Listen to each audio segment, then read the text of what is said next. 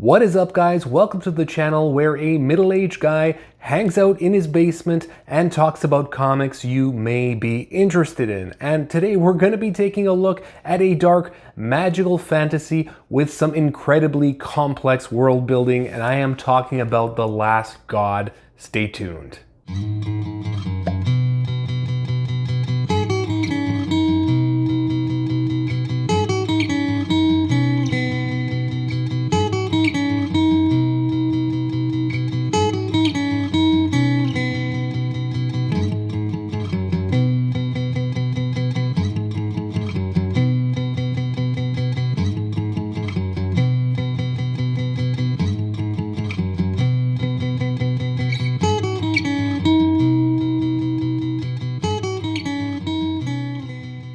So before we get into the actual story, let's quickly talk about the build of this book. Let's get this nice thick glossy dust jacket off first, and as you can see, it unfolds into what a huge Lord of the Rings inspired map of Cain Anan, which is where our story takes place for the most part.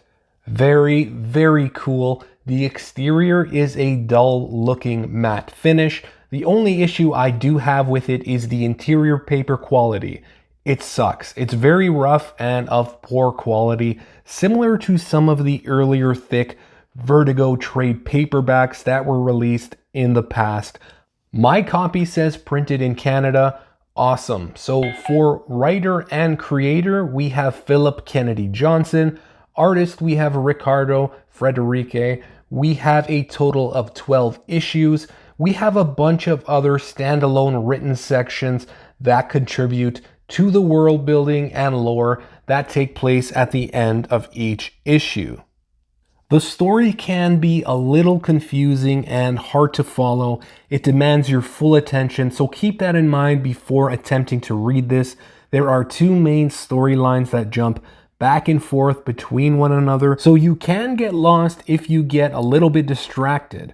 One follows a group of brave heroes that travel beyond borders of reality and kill the last living god, saving the realm of Cain Anan from destruction. And the other main storyline focuses on the return of that thought to be slain god, along with the armies of the undead.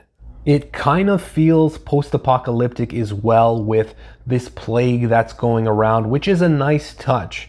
And the art style is simply phenomenal. Sure, it varies from page to page, and some areas can feel less detailed, but overall, this is really something special. As much as I did enjoy this book, its wonderful storytelling and art, I feel there is way too much information to absorb, and I wish they would have adapted some of these written sections into a graphic format. There are sections about the specific types of people, places, societies, creatures, magical elements, even breakdowns of songs that are sung. I found these sections quite boring, and you don't necessarily have to read them to continue on with the story, but they are fillers between issues that add to the world building that they're painfully trying to explain. So you may like this more than me, but I skipped a lot of it due to these reasons.